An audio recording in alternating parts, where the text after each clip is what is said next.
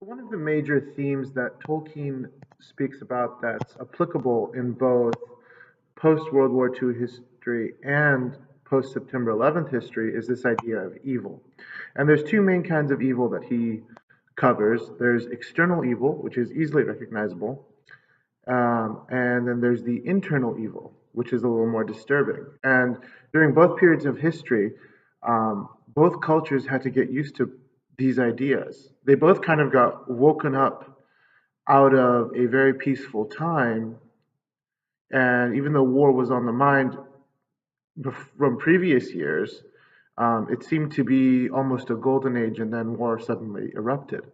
Much like the hobbits in the Shire, um, being surprised with this idea of Sauron suddenly emerging. We have World War II happening to a bunch of peaceful folk, and then September 11th happening suddenly out of nowhere. And all of a sudden, evil is very, very real, and wickedness is very real, and it's impossibly huge, much like in Lord of the Rings. It's this enormous force that's strong, not just it's not just a murderer or a serial killer. It is a large, powerful evil that is threatening the lives of everyone. Um, that's the external evil that's recognizable.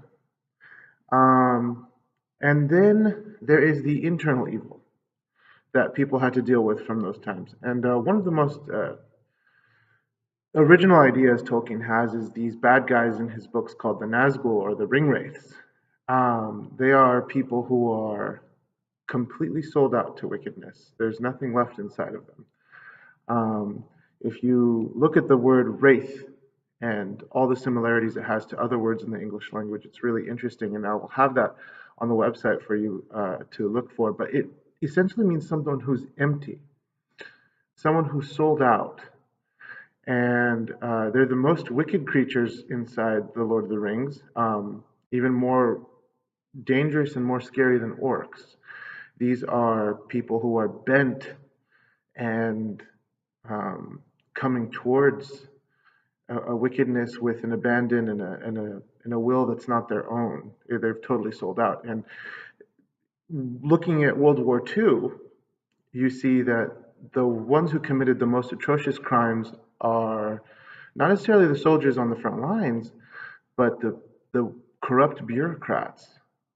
And it's really scary because you see these people will do anything for power and anything to they'll give up themselves to the point where there's nothing left in them. And so September 11th, you see terrorist attacks made by people who have completely sold out. There's nothing left inside them. There's no human element inside them, and now they are bent with a will that's not their own. Um, and the scary part of both of them is that these were normal people.